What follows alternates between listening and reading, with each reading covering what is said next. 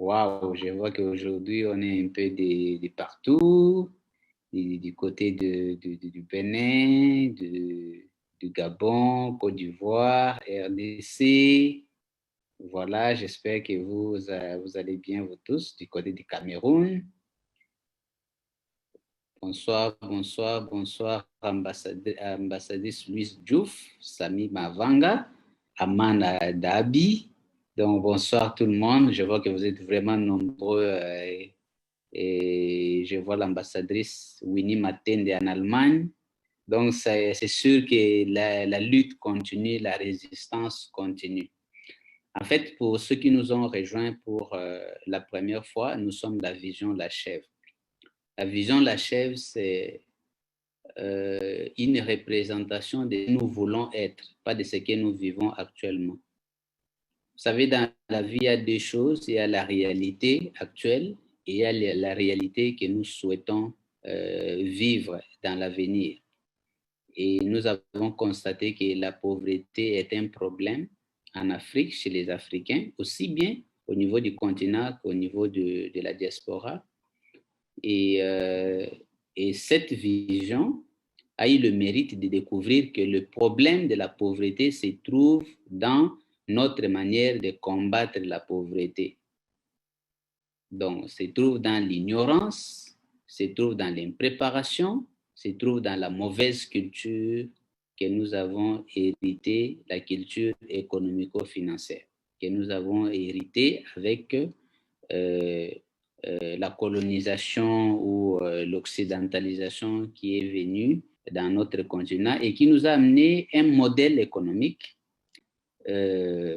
qui a fait ses preuves vers les années d'indépendance. Mais aujourd'hui, nous sommes en train de voir que si nous faisons vraiment des statistiques, nous pouvons constater qu'il y a des millions et des millions d'Africains qui ont étudié, mais il n'y a peut-être pas 5% qui sont devenus véritablement riches.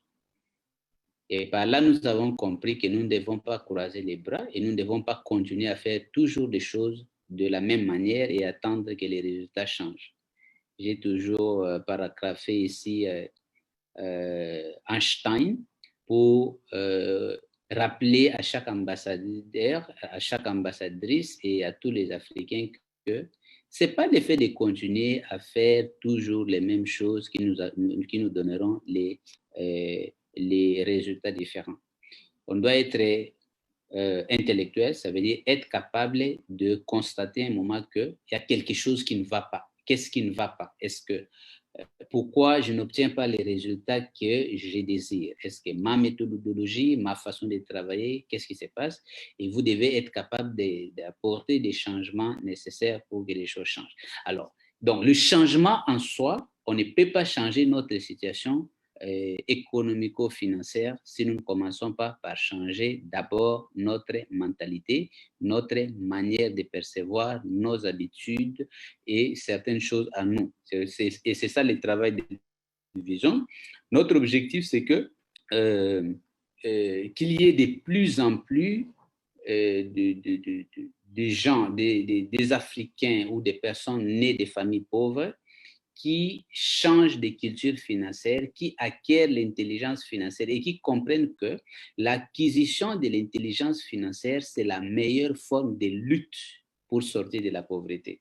Parce qu'au finish, nous voyons que même les gens qui ont été académiquement très bien formés et qui n'ont pas l'éducation financière nécessaire, ils peuvent produire beaucoup d'argent, mais ils ne parviennent jamais à sortir de la pauvreté. Est-ce que vous êtes d'accord avec moi? On les voit tous lorsqu'arrive le moment de la retraite, que très peu se libèrent de la dépendance à un emploi ou très peu accèdent à la classe des riches pour laisser leurs enfants avec des héritages conséquents. Alors, donc, nous ne devons pas attendre que d'autres personnes viennent le faire pour nous. C'est le travail de chacun de nous. Et d'ailleurs, je vous remercie pour votre collaboration depuis plus d'une année que nous avons créé cette grande communauté Aujourd'hui, nous sommes implantés dans beaucoup de pays et grâce au travail de chacun, nous sommes en train de sensibiliser. La sensibilisation est une étape importante pour réussir un combat. Et d'ailleurs, aujourd'hui, je vais vous parler de cet aspect. Vous avez vu même dans la lutte pour arrêter la propagation du coronavirus, un des combats est en train de se faire au niveau de la sensibilisation. On sensibilise les gens sur les gestes barrières qu'il faut adopter et rien que cette sensibilisation contribue à arrêter la propagation du virus. Donc, si nous sensibilisons aussi sur les vraies causes de la pauvreté, qui est la pauvreté mentale et anthropologique, nous allons voir que s'il y a beaucoup de gens qui prennent conscience comme nous, les jours où nous arrivons des millions et des millions, il y aura quelque chose qui changera. Parce que un pays n'est que le reflet de la façon de penser de sa population, aussi un continent. Donc, si la façon de penser de notre continent change, je pense que notre continent changera et ces circonstances aussi changeront. Aujourd'hui, je vais vous raconter une histoire. Je pense que vous avez déjà lu et pour vous interpeller sur l'importance de la culture dans la lutte pour sortir d'un problème. Alors, c'est l'histoire de la tomate. Est-ce que quelqu'un a déjà entendu parler de l'histoire de la tomate? Vous pouvez vous pouvez m'écrire dans les commentaires parce que je suis en train de les surveiller. Est-ce que vous avez déjà entendu l'histoire de la tomate? Parce qu'aujourd'hui en Afrique, nous sommes exactement comme à l'époque de l'histoire de la tomate. Je vois l'ambassadeur Aman et Ahmed qui dit non, et tout le monde dit, Marie Stafa dit... Mais est-ce qu'il y a vraiment une seule personne qui connaît l'histoire de la tomate? Parce que l'histoire de la tomate va nous permettre de comprendre pourquoi c'est important pour nous aujourd'hui de changer notre manière de penser, de sortir donc de la manière de penser des violents pour adopter l'état d'esprit de Kunta et avancer. Voilà. Bon, comme beaucoup de gens ont dit qu'ils ne connaissent pas l'histoire de la tomate, c'est pour ça que je vous ai toujours dit qu'il faut beaucoup lire. C'est une histoire qui a été racontée dans les livres d'un Américain célèbre, qui est une référence en termes de leadership. Voilà, son nom vient de me passer encore, mais ça va revenir parce que c'est un livre que j'ai lu plusieurs fois. Alors, on raconte que lorsque, bon, les gens disent qu'ils connaissent l'histoire de Kunta, mais il n'y a pas que l'histoire de Kunta, il y a aussi l'histoire de la tomate. Donc, on dit que lorsque les Européens ont découvert les nouveaux continents, dont les Amériques, l'Amérique, les Amériques qui sont allés visiter ces nouveaux continents, et avant, il n'y avait pas la tomate comme fruit ou comme légume en Europe. Alors, ces explorateurs ont ramené la tomate en Europe et en ce moment-là, un botaniste a fait un commentaire sur la tomate. Vous savez, les experts, hein, ils pensent toujours, à chaque époque, il y a des gens qui connaissent plus que d'autres personnes et quand ils donnent leur point de vue, ça devient donc de l'évangile. Alors, il a vu ce nouveau fruit, un fruit dangereux qui était capable de donner la mort.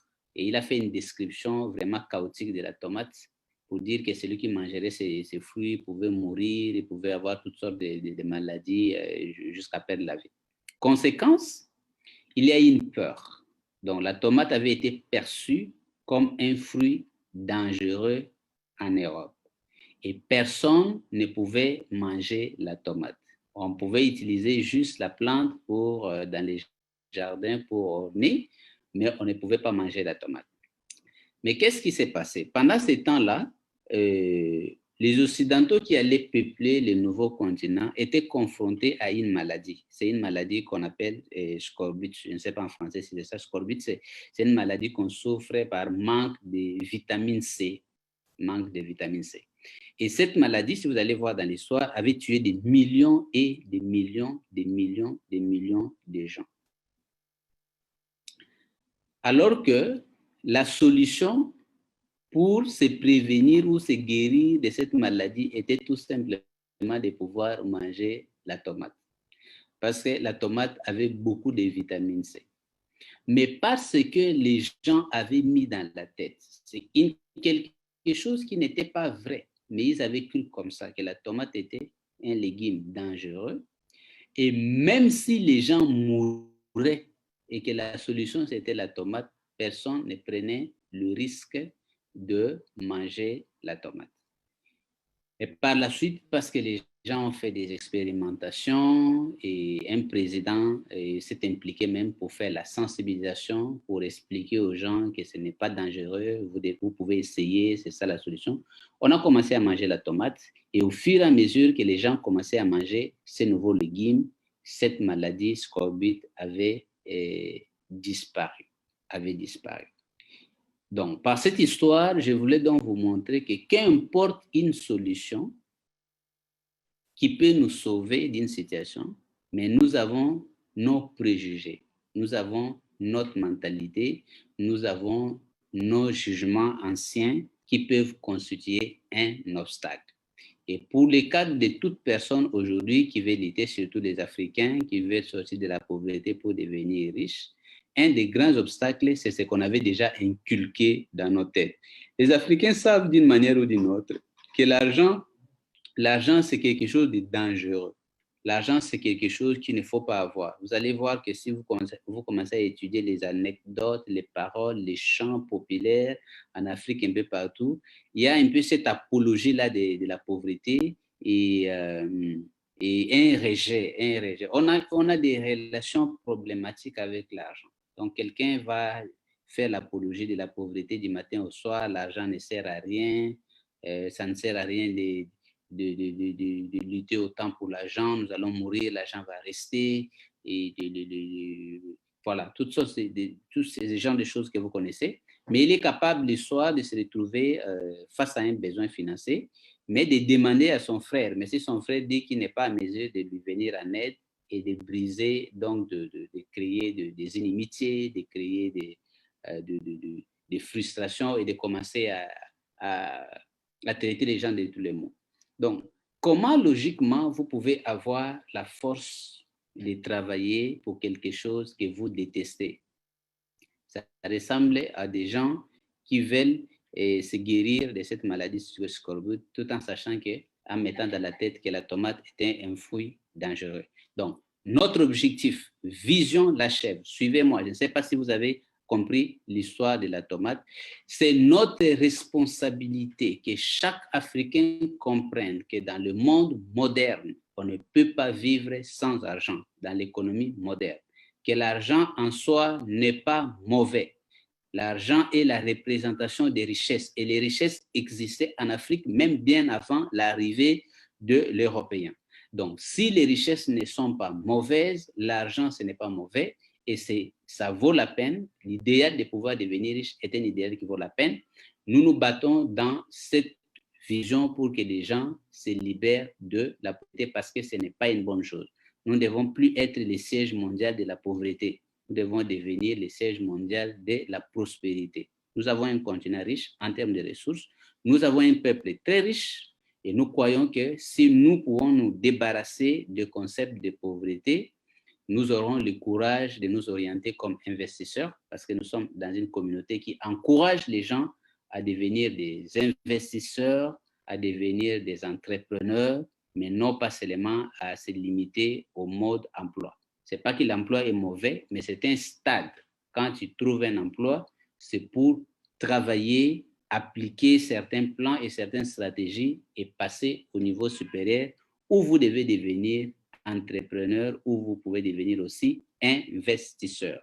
Ça veut dire, vous sortez du stade où vous travaillez pour l'argent, c'est ça le travail humain, et c'est ça le système mondial, on vous forme pour qu'on travaille pour l'argent, mais lorsque vous gagnez de l'argent, il faut maintenant appliquer la stratégie de la chèvre de ma mère, pouvoir retenir une partie de l'argent que nous appelons la chèvre et faire en sorte que demain, l'argent commence à travailler pour vous parce que l'argent peut faire le travail que vous n'êtes pas capable de faire.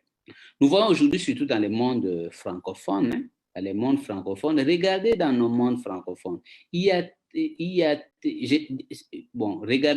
de comparer quel est le pays, je prends le Ghana. Le Ghana, c'est un pays anglophone. et nous avons beaucoup de pays francophones aux alentours. Quel est le pays francophone qui est plus riche peut-être que le Ghana? Les francophones, répondez-moi. Je suis ici en train de vous montrer l'importance de la culture. Parce que nous sommes tous des Africains, mais les anglophones ont la chance d'avoir une culture qui est un tout petit peu différente de la culture francophone que nous avons. Et vous allez voir que cela se reflète aussi au niveau de l'économie et au niveau de la prospérité de la population. Quand vous arrivez dans tous ces pays anglophones, vous voyez que c'est comme si ce sont des pays qui ont l'indice de développement un peu plus que tous les autres pays francophones. Ce n'est pas qu'il manque de richesses dans les pays francophones, mais la culture, hein, surtout dans les pays francophones, c'est surtout la culture des diplômes, bureaux, et puis c'est tout, consommation appauvrissante. Aujourd'hui, on veut changer cela. Nous devons assumer qu'on ne peut pas rester éternellement esclaves. Nous sommes dans un monde qui est ouvert. Nous vous encourageons à lire, à savoir que tout ne s'enseigne pas à l'école, surtout des choses qui ont à voir avec l'argent, la richesse, l'intelligence financière, les développements personnels, les affaires. Ce ne sont pas des choses qu'on apprend à l'école, mais que chacun individuellement a les devoirs dans le cadre de cette vision de devenir un étudiant ou un autodidacte. À part nos livres que nous avons partagé ici, Eric en a parlé, la chef de ma mère, je suis content, qui sont nos livres de base et que nombreux d'entre nous ont lu et que nous sommes en train de promouvoir partout parce que ce sont des livres qui sont adaptés vraiment avec nos situations africaines. Mais il y a des grands classiques que nous devons absolument lire parce que la connaissance, c'est la solution à nos problèmes. Même lorsque vous gagnez beaucoup d'argent, si vous n'avez pas l'intelligence financière, vous finirez par perdre votre argent. Donc, acquérir l'intelligence financière, l'intelligence d'affaires, développer certaines compétences, ça nous aidera. Donc, c'est à nous de pouvoir nous battre aujourd'hui. Je pense que ce que nous apprenons change notre conscience, change nos habitudes, change nos actions. Et ce sont ces nouvelles actions, telles que nous sommes en train de voir, pour ceux qui ont commencé depuis l'année passée, qui ont commencé à développer leur intelligence financière, à prendre des initiatives. Parce qu'au finish, c'est l'action. C'est l'action qui te sortira de la pauvreté. Nous avons parlé des mauvaises actions et maintenant nous parlons des bonnes actions. Ça commence par l'acquisition d'une intelligence financière. Mais si tu n'agis pas, si tu ne prends pas les initiatives, surtout tu ne persévères pas. Persévérance. Ici, j'insiste souvent sur cela. Si tu as commencé, le reste, c'est la persévérance. Les résultats peuvent ne pas venir les mêmes jours. Ça peut prendre 6 mois, ça peut prendre une année, ça peut prendre 5 ans, ça peut prendre 10 ans. Mais si tu persévères, tu finiras par un jour témoigner que tu es en train de voir les résultats positifs dans ta vie. Alors, ceux qui ont commencé à épargner, ceux qui ont commencé à investir, ceux qui ont commencé à entreprendre, commencent à expérimenter déjà des résultats différents. D'ailleurs, chaque mois, nous amènerons ici des gens qui témoignent des transformations qu'ils ont reçues grâce à la sensibilisation et au travail que nous faisons dans cette vision. Et nous espérons que nos enfants, nos jeunes gens qui se préparent au jeu de la vie ne vont plus risquer d'y entrer avec l'ignorance que nous avions parce que nous, les aînés, nous allons faire le travail de leur transmettre une connaissance, de les sensibiliser et surtout de faire qu'ils puissent avoir l'intelligence financière. Donc, chers ambassadeurs, chaque mois, nous aurons notre rencontre au moins une fois. C'est vrai, nous n'allons plus continuer avec les rythmes traditionnels d'avoir une rencontre chaque jeudi parce qu'on a tellement de choses à faire. La vision a beaucoup de choses à faire. Nous croyons que notre vision devrait être la structure qui devait approfondir le plus d'études possibles sur comment arriver à avoir un système économique adapté pour développer l'Afrique et les Africains. Et nous voulons investir beaucoup de notre temps à cela. Nous avons maintenant une communauté de plus de 5 ou 6 000 personnes qui sont déjà engagées et qui peuvent faire la sensibilisation. Nous comptons aujourd'hui sur la bonne volonté de chacun, que chacun parle au moins à 10 personnes, comme on avait fait dans les temps de Lumumba, de Kwame Nkrumah, de tous ces gens qui, malgré qu'ils n'étaient pas encore indépendants, mais ils rêvaient l'indépendance et ils en parlaient. Nous aussi, nous rêvons de voir l'Afrique devenir riche à l'horizon 2060. Pour cela, nous avons besoin qu'il y ait des millions et des millions d'Africains qui se réveillent, qui deviennent des comptables, qui agissent de manière différente, qui vont sortir du stade numéro 1 de travailler pour l'argent, pour adopter l'intelligence financière de la chèvre, faire en sorte que le capital, parce que le cœur du capitalisme, c'est le capital. Je ne sais même pas pourquoi on n'enseigne pas ça à l'école. Donc, le capitalisme, c'est le fait de créer un capital et d'investir le capital et tirer les bénéfices. On devrait enseigner ça, et ça, c'est la base. Je ne sais pas, nos économistes, bon, eux qui sont allés étudier des choses, on devait apprendre à chaque personne à créer un capital et on devait créer des politiques partout afin que la population soit capable d'investir et tirer des bénéfices. J'espère qu'un jour, cela deviendra une réalité, mais en attendant, c'est votre responsabilité, c'est la responsabilité de chacun dans cette vision de pouvoir faire le travail de sensibilisation.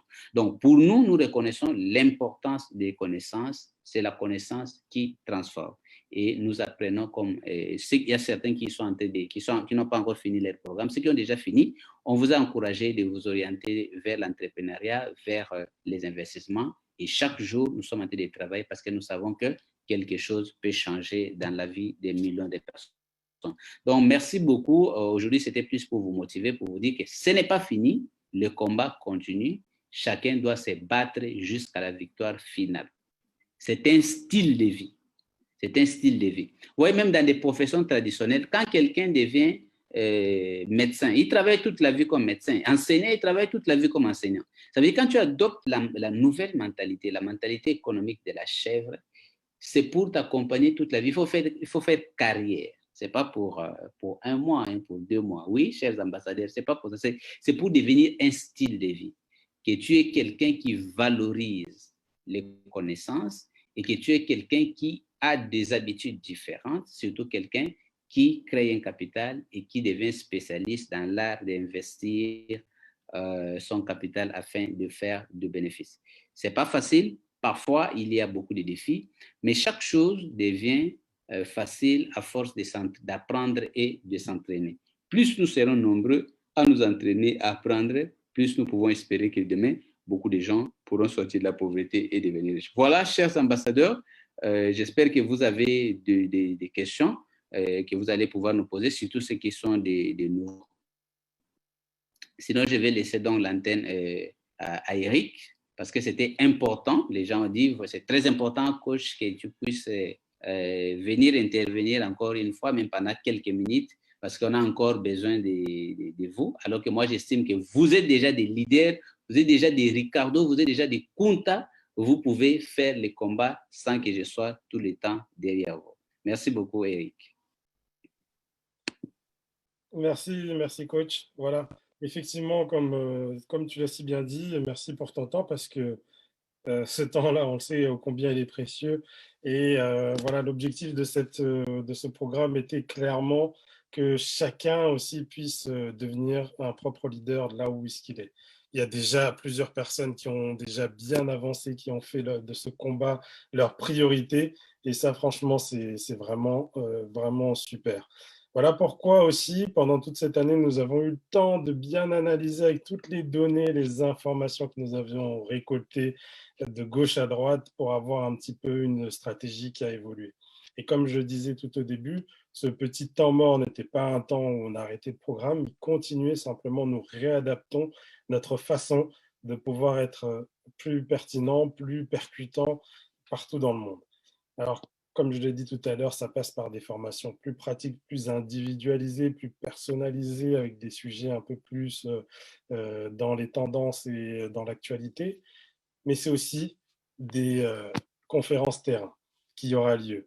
Donc, ça aussi, c'est une nouvelle que je voulais aussi tout simplement partager avec vous. C'est que nous avons travaillé vraiment d'arrache-pied pendant plusieurs semaines pour essayer de trouver des moments, en tout cas la meilleure façon de faire. Ce n'est pas évident, vous le savez, actuellement il y a encore des difficultés pour se déplacer, des frontières terrestres sont toujours fermées jusqu'à maintenant, on n'a encore pas forcément la possibilité de venir à votre rencontre partout, mais en tout cas nous avons travaillé pour essayer de trouver en tout cas quelques endroits où on pourra vous rencontrer. Donc sachez que là vous voyez affiché 2 pays. Ces 2 pays-là seront les 2 pays où coach Ricardo sera là. Nous serons avec le bureau Vision la Chef sera là pour essayer justement de faire en sorte que nous vous rencontrons, que nous fassions des conférences ensemble où vous pourrez vraiment en direct, face à face pour le coup, avec le coach, avec l'équipe du bureau, travailler sur des sujets qui permettront votre prospérité financière. J'espère que vous avez reconnu ces 2 drapeaux. J'en dis pas plus parce que je ne peux pas pour l'instant en dire beaucoup plus, mais sachez que bientôt, dans ces 2 pays, nous vous retrouverons. Si vous êtes dans ces pays-là, eh bien, j'espère que vous vous mobiliserez pour venir avec d'autres personnes pour qu'on puisse se rencontrer. Évidemment, pour les autres pays, on verra en fonction des possibilités d'évolution sanitaire, de nos disponibilités aussi des uns et des autres. On ne peut pas être partout, mais en tout cas, on va bien commencer quelque part. Et ça sera dans ces 2 pays. Et n'oubliez pas de vous mobiliser. Si vous tenez absolument que ce soit dans votre pays, que ce n'est pas le drapeau de votre pays ici, mobilisez-vous, organisez-vous sur place et on viendra. Voilà, donc ça c'était la petite intervention. On va finir maintenant par les questions que vous pourriez avoir. Je vais regarder dans les commentaires. Alors si vous avez des questions, vous appuyez sur le petit symbole qui est la main, vous cliquez dessus, ça me permettra de savoir que vous avez une question. Je vais vous donner le micro. Alors, on va prendre quelques questions. Je sais que le temps du coach est compté et donc on va pas pouvoir s'éterniser. Donc, on va prendre quelques questions, répondre aux questions le plus rapidement possible. Quand on vous donne le micro, parlez le plus vite possible. OK, je vois ici connecté. On va prendre Rita Cass. J'active le micro de Rita Cass. Allô, bonsoir. Oui, bonsoir. Vous nous appelez d'où? Paris. Bonsoir tout le monde. Je ne sais pas si le coach Ricardo est toujours là. Oui, il est là. Ah. En fait, je voulais savoir, parce qu'en fait, il y a des investissements où on peut perdre, qui baissent et qui sont assez dangereuses, en fait. Et je voulais savoir si on avait une liste d'investissements qu'on pouvait faire où on avait moins de risques, comme dans l'immobilier, par exemple.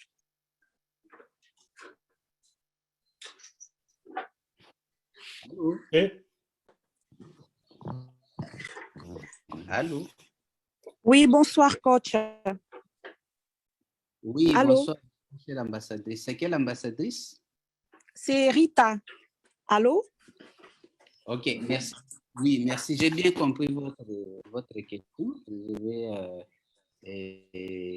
Bon, évidemment, quand nous investissons tous, l'objectif, c'est de faire des bénéfices, c'est la rentabilité. Mais la réalité, c'est quoi? Ce n'est pas de la magie. Hein? Il y a dans tous les domaines, parfois il arrive qu'on fasse des investissements et qu'on peut perdre de l'argent. Ce n'est pas seulement l'immobilier.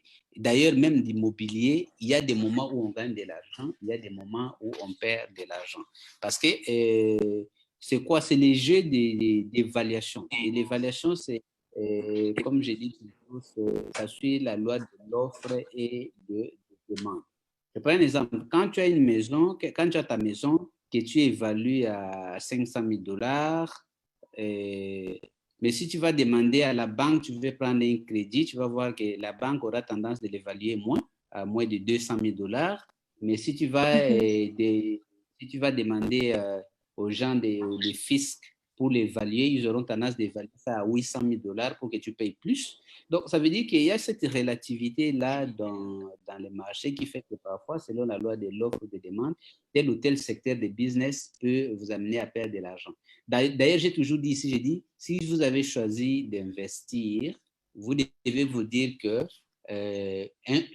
tôt ou tard, vous perdrez quand même un peu d'argent.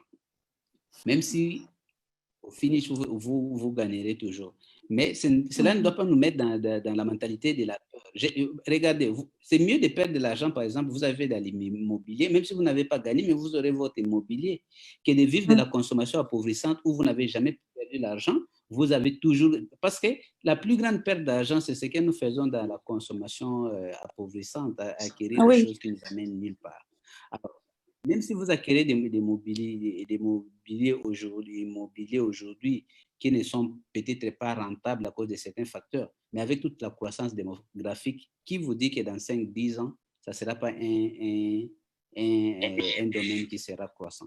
Vous avez vu qu'en 2020, le tourisme n'a pas fait beaucoup d'argent avec les pandémies, mais ça ne veut pas dire qu'on ne doit pas se préparer pour être dans ce domaine à l'avenir parce que les choses ne vont pas rester comme ça. Parce que investir aussi, c'est avoir une vision à long terme des choses. Ça, c'est très important, ambassadrice. Il y a des investissements que vous devez faire parce que vous vous dites qu'à la longue, cet investissement sera plus rentable, peut-être que même si maintenant, ce n'est pas encore très, très rentable. Mais bon, faites bien l'évaluation quand vous avez... Parce que le travail d'un investisseur, c'est quoi? C'est chaque fois aller vers les opportunités, faire de meilleures évaluations, de meilleures comparaisons et prendre le meilleure décision tout en sachant que personne n'a vraiment la maîtrise de l'avenir. Hein. L'avenir, il y a certains aléas qui peuvent toujours arriver malgré les avis des experts les plus compétents dans l'économie. Mais s'il vous plaît, que cela ne nous mette pas la peur. Mais bon, évaluer. Voilà un peu, cher ambassadeur, mon point de vue. Ça dépend des pays. Ça dépend des quartiers. Il y a des quartiers où on fait il y a les booms immobiliers. Dans d'autres quartiers, c'est les crashs. Dans certains pays, c'est les booms immobiliers. Dans d'autres pays, c'est les crashs. Mais celui qui a l'immobilier vaut toujours 1000 fois que quelqu'un qui a vécu toute sa vie dans la consommation appauvrissante. Merci. Merci, coach. Ok, voilà. Donc, on va prendre une autre question, celle de Sami Mavanga. Je vais activer son micro. Ok. Bonjour, coach. C'est Esther Poutou. Je me suis connectée sur les comptes de mon mari. Ok. Ma première préoccupation, bon, ce n'est pas une préoccupation, c'est juste un remerciement et une reconnaissance par rapport à la matière des coachs nous donnent chaque jour. Aujourd'hui, je viens encore d'apprendre qu'un entrepreneur, faire un investissement, il faut faire une carrière, rester dans ça toute sa vie. Comme un médecin, comme un professeur, il fait toute sa carrière dans ce qu'il a appris. Dans ce que nous apprenons aujourd'hui, nous devons en faire une carrière et ne pas lâcher quand il y a des obstacles. Là, c'était ça, la première. Alors, ma deuxième préoccupation, c'est depuis le mois de février que mon mari a commandé des livres. Je suis Kunta et la chèvre, la deuxième version. Jusqu'à présent, on n'a pas eu de suite. On a contacté la dame, la représentante ici en Belgique. Jusqu'à présent, oui, elle aussi, elle a dit, donc, elle n'a pas eu de suite favorable. On doit contacter la direction. Alors, on ne sait pas, la direction, c'est où pour avoir nos deux livres qu'on a commandés depuis le mois de février. Merci beaucoup. Oui, voilà, ambassadeur, je vais répondre à cette question. Merci pour le commentaire. Et simplement, oui, il y a eu, pour le livre de février-mars, effectivement, il y a eu quelques retards. Tout simplement, comme je vous le disais, il y avait eu un changement de stratégie qui a été fait, qui a été opéré. Donc, ça a un peu perturbé le suivi des livraisons de certains pays. Donc, c'est un peu pour ça. Donc, c'est juste l'ambassadrice Sandra Moulanga que vous avez eue certainement en Oui, Belgique. oui, Voilà, oui. vous a dit effectivement, la réalité, c'est qu'il y a eu quelques retards de notre côté. Donc, on s'en excuse. Ce problème va être réglé très rapidement. Il y a vraiment ce petit flottement entre le changement d'outils qui nous a fait que simplement certaines livraisons ne se sont pas faites dans les temps. Mais c'est pas perdu. Vous avez le livre de toute façon électronique que vous pouvez lire aussi, mais physique, vous allez le recevoir. Ne vous inquiétez pas. D'accord, merci beaucoup. Je vous On en prie. continue à attendre, merci. Merci. N'hésitez pas si ça traîne encore de nous écrire. Mais voyez avec l'ambassadrice Sandra qui aura qui aura quelques nouvelles très rapidement. Voilà. D'accord, merci. On va la recontacter. Merci beaucoup. Merci. Ok, je vais prendre une dernière question. Non, alors, il y a un ambassadeur qui a écrit plusieurs fois, c'est Ahmed Haïdara, qui me demande de lire ses questions. Donc, il a écrit, Coach, j'avais payé les 2 livres, La Chèvre et Kunta, j'ai fini le coaching pour La Chèvre. Et depuis quelques jours, je reçois vos emails pour payer Kunta alors que je l'ai déjà fait. Alors, je ne sais pas dans quel pays vous êtes, ambassadeur Ahmed Haïdara. Précisez-nous, vous êtes dans quel pays. Mais en tout cas, si vous avez déjà réglé les choses, il n'y a aucun problème. Voilà, il m'écrit qu'il est au Sénégal. Donc, c'est Gaston Saoudego, effectivement l'ambassadeur là-bas. Donc, OK, cher ambassadeur Ahmed Haïdara, on va se rapprocher de l'ambassadeur Gaston, puisque en théorie, si vous avez déjà fait le paiement, normalement, c'est bon. J'ai noté le nom Ahmed Haïdara, c'est noté. On va vous recontacter direct via l'ambassadeur Gaston Saoudego, ne vous inquiétez pas. La deuxième question que vous avez écrite, c'est comment faire pour accéder au programme des formations disponibles, leurs tarifs et les périodes. Donc ça, c'est effectivement, je l'ai annoncé tout à l'heure, c'est encore aussi une chose qu'on finalise là actuellement, parce qu'il y a eu des formations qui sont passées, qu'il fallait saisir au moment où elles étaient disponibles, parce que ce sont des sessions de groupe, et pour que ça soit pertinent, elles se font uniquement par période, c'est-à-dire et par groupe de participants. Donc, par exemple, sur les crypto-monnaies par notre ambassadeur international, Ghislain, qui est un expert dans ce domaine-là. Il a pris une session de quelques élèves, de quelques participants qui a commencé ici, ma mémoire est bonne, fin mars ou début avril. Et en tout cas, voilà, il est déjà en train d'avancer concrètement en suivant ses participants. De la même manière, j'ai une formation avec certaines personnes qui sont même connectées ce soir sur le business en ligne via Amazon.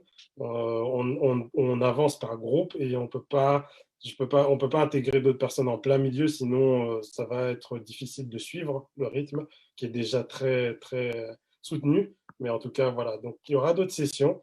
Comme pour l'instant, on vient de démarrer, c'est pour ça que je vous dis, inscrivez-vous sur le groupe Telegram si vous souhaitez vraiment avoir les informations en temps réel, ou suivez vos emails, parce que généralement, c'est dans les emails. Si vous êtes inscrit dans le programme Vision la Chèvre, vous recevez ces emails. Si vous êtes nouveau et que vous ne savez pas, écrivez-nous du coup à info@visionlachèvre.com.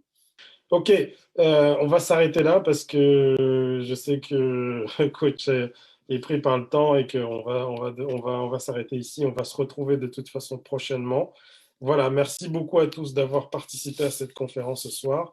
Si vous avez encore d'autres questions sur lesquelles vous voulez participer, eh bien, si vous avez d'autres questions sur lesquelles nous n'avons pas répondu, écrivez-nous à info@visionlachèvre.com. On va vous répondre, on vous répondra au plus vite possible. En tout cas, voilà, ce soir, on va s'arrêter ici. J'espère que vous avez bien suivi. On va repartager le direct en replay pour ceux qui n'ont pas pu suivre, en tout cas jusqu'au bout, ou le début en tout cas. Et en tout cas, je vous souhaite une bonne soirée à tous, une bonne semaine et à très bientôt. Merci coach et salut toute la communauté, à bientôt. Ciao.